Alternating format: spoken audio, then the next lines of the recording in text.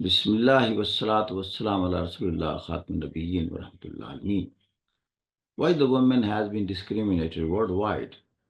The most important factor when we look into the reason is that the countries or the nations or the regions where the education or the literacy rate is high, the level of rationalization is strong, the logic and sense prevails.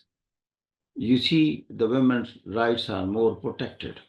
اصل بات یہ ہے کہ جہاں ہم دیکھتے ہیں کہ اس کو ڈسکریمنیٹ کیوں کیا گیا، مین ڈسکریمنیشن کی بات کبھی نہیں ہوئی، عورت کی ڈسکریمنیشن کی بات ہوئی۔ فلسافیکلی اسپیکنگ ہم سمجھتے ہیں کہ دو تین چیزیں ہوئیں۔ ایک تو یہ ہے کہ اس کو ایک لائبلٹی سمجھا گیا کہ آپ نے اس کو پالنا ہے، شادی کر دینی ہے، کچھ ایریاز میں آپ کو اس کو ڈاوری کی شکل میں چیزیں دینی ہیں۔ انسان نے ہمیشہ ریسپیکٹ کیا ہے جہاں فائنانشیل ارننگ کا سورس ہو، تو عورت جنرلی ہسٹری میں دیکھیں فائنانس ارننگ کا سورس گھر میں نہیں ہوتی، تو she is not respected. On the contrary male folk جو ہے، میل جینڈر جو ہے، اس کو وش کیا جاتا ہے، اسی لیے کہ ایون پیرنٹس سمجھتے ہیں کہ یہ فائنانشیل ریسورس ہے، لائبلٹی نہیں ہے۔ اور جب کہ ہمارا بڑھاپا جب ہم لائبلٹی میں جائیں گے تو perhaps the son will be looking after us well. That's why they have been aspiring. This is there in subcontinent and in Pakistan as well. They prefer male child on the female child. جتنا ماضی میں جائیں تو بڑے heinous crime have been committed against women folk. Female infanticide was in vogue in the pagan Arabs. And that was the reason that Islam made it a point. کہا گیا سختی سے کہ جن بچیوں کو آپ زندہ درگور کریں گے آپ سے سوال ہوگا یوم حشر کو۔ پھر یہ کہ پروفٹ صلی اللہ علیہ وسلم جو ہمارے آخری نبی تھے ان کو اللہ تعالیٰ نے بچیوں سے نوازا۔ تو being a follower of the prophet, even then we do not, give them that regard and respect which the prophet accorded. And we have preferred male child over the female child. تو یہ چیزیں ہیں انسان کی کہ انسان بڑا، جیسے بھی آپ نے بتایا کہ سیلفش ہے بائی نیچر، وہ اپنے مفادات کو پیش نظر رکھتا ہے اور اس وقت ہیومن ڈگنیٹی، ہیومن ریسپیکٹ کو بھی بھول جاتا ہے، which is there with the woman folk. ایک دور ایسا تھا جب آپ گریک اینشنٹ ہسٹری پڑھتے ہیں تو اس میں دیکھتے ہیں کہ women were really sold in the market, یہ لائک سلیوز ٹریٹ ہوئی ہے۔ تھوڑا آگے بڑھتے ہیں تو ہم دیکھتے ہیں کہ even in the Islamic society اس کو زیادہ ایجوکیشن نہیں دی جاتی۔ کچھ ایریاز میں ایجوکیشن اگر دی جاتی ہے تو جاب سے اس کو دور رکھا جاتا ہے۔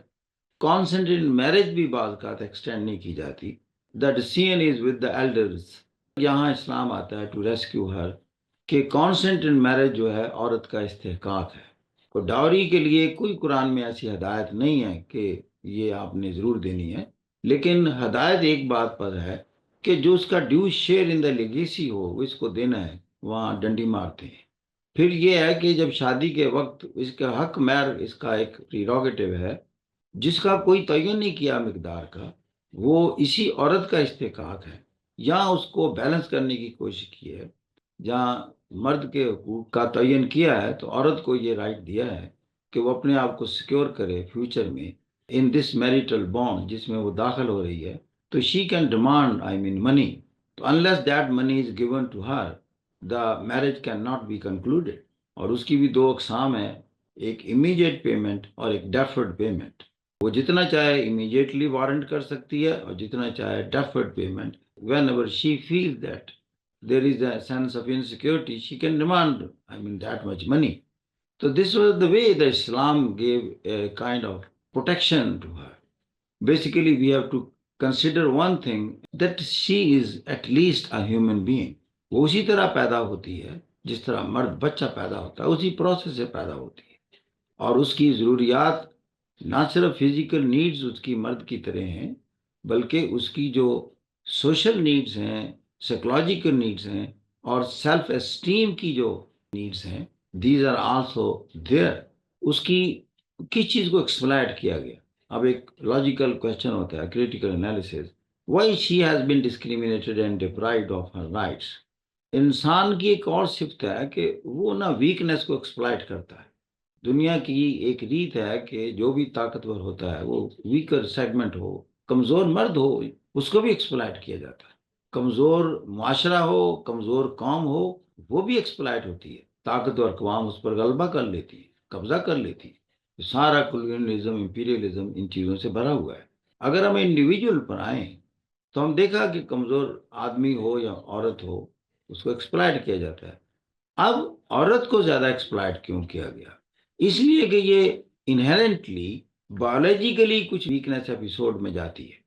ایز اے میٹر پرنسپل جب انسان پڑھ گیا تو اس نے اس ویکنیس کی وجہ سے اس کو زیادہ عزت کا مستحق قرار دیا۔ لیکن جو سیویج دور کے لوگ ہیں، جن کے مائنڈز میں کرمینلٹی ہے اور کروڈ نیچر کے مالک ہیں، وہ اسی مائنڈ سیٹ میں ہیں کہ کمزوری سے فائدہ اٹھائیں اور کمزور کا استحصال کریں۔